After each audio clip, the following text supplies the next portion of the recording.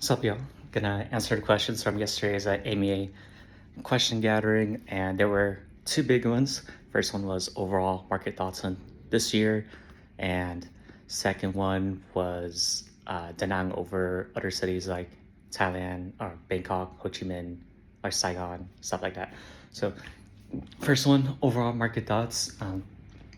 It seems like it's gonna be a very volatile year. However, that could be in your advantage if you're able to position size and manage your risk clearly. So I think don't over leverage yourself. Don't take on too much debt that you can handle. Don't go all in on super extreme risk, extreme reward opportunities.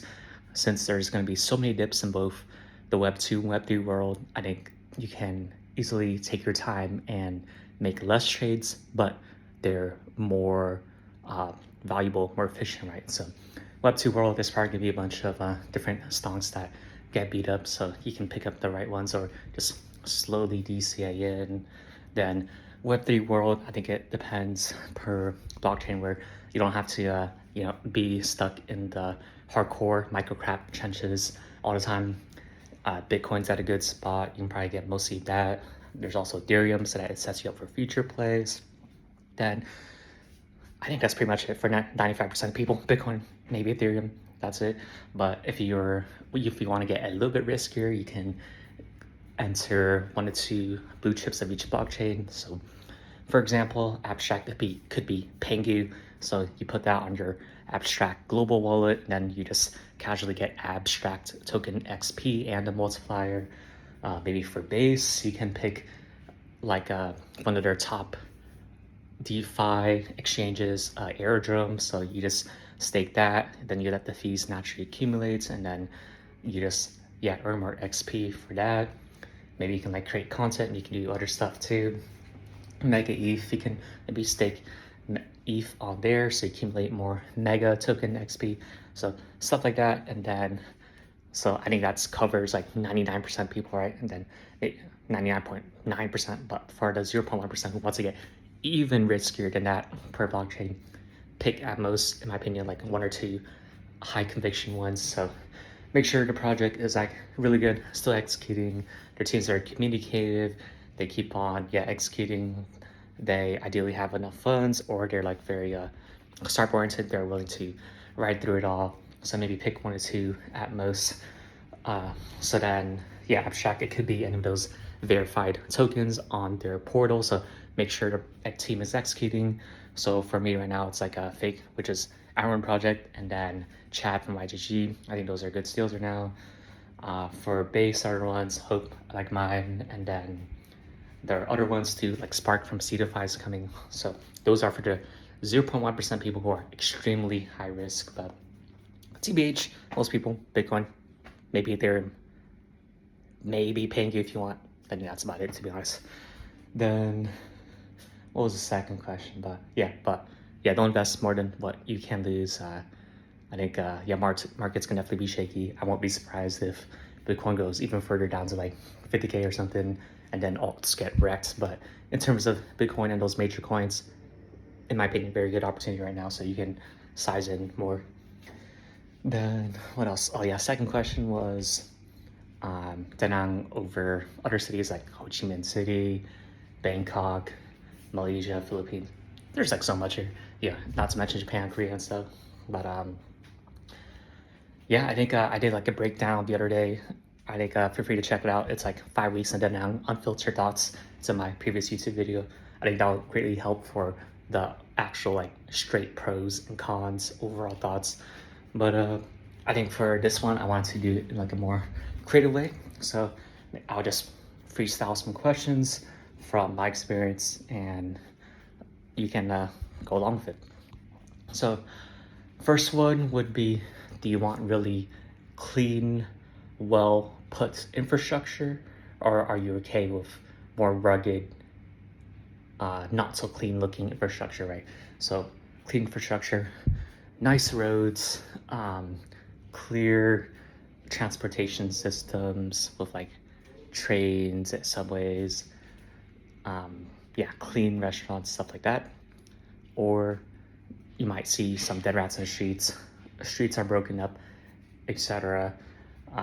If you're the person who wants to say, oh, first one for sure, I want to keep it super clean, I don't want to see dirty stuff, that's like a hard no, then probably not DaNang. Maybe other cleaner places like Korea, probably Bangkok, maybe Saigon if you want to have that city life.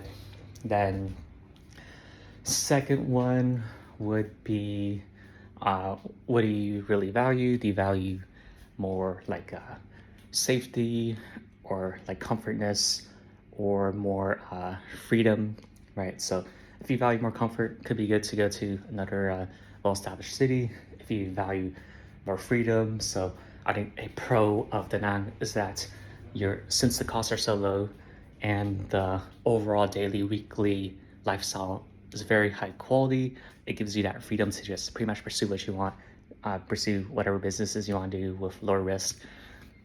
Like if you have enough funds, you can just go on your business. If you don't, you can just take a part-time job and then work on your business with the rest of your time, stuff like that, right? So yeah, infrastructure, we have freedom. Then let me think.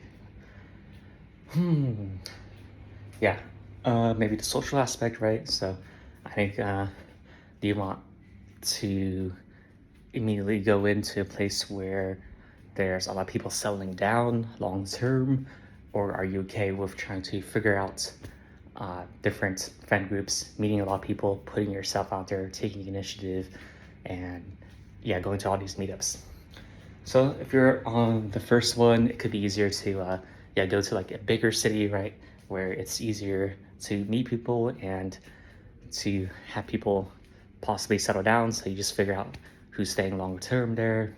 But for DaNang, I think they tend to be more transitory, so it's going to be a little bit harder. And with the Viet culture too, where I think you're going to have to put yourself out there a lot more, where they're very cool, very friendly, but yeah, you definitely have to put yourself out there. So if you're not willing to take the initiative to just do that, or then probably DaNang's not right for you. Or if you like that, just putting yourself out there, showing up consistently in the same places over and over, then yeah, DaNang could be for you. And let me think. Yeah, so we got infrastructure, we got freedom, we got social. Yeah, I think those are the ones I'm thinking at the top of my mind. So if there's anything else you find important that you want clarity with, then feel free to comment below and ask it. But oh yeah, I think the last factor, I think someone recently asked me that, was Ho Chi Minh City or DaNang. So DaNang's more beach city vibes, where a lot more casual, more relaxed, then you're able to, yeah, just have that chill, casual lifestyle. So for me, my daily life, so maybe you can, I think it's kind of similar to most people, right? So it's just wake up, walk, go to the beach, sunrise, eat breakfast, eat buffet, then go work for like 4 hours, hardcore, go eat lunch somewhere, then nap, gym, then chill, maybe do some work, dinner, catch up work, and I think that's about it. So not flashy, but very simple, very chill, and something that I personally like. Wow, for Ho Chi Minh City, maybe it might be like more nightclubs, more partying, stuff like that. So yeah, it all depends on you. If you prefer that big city life, you want that night life, you want to go clubbing, probably Saigon, Bangkok's better. If you want that more chill lifestyle, probably Chiang Mai or Da Nang's better. But yeah, up to you what you want. So yeah, let me know if you have any questions, any other questions, and yeah, happy to answer them. See you.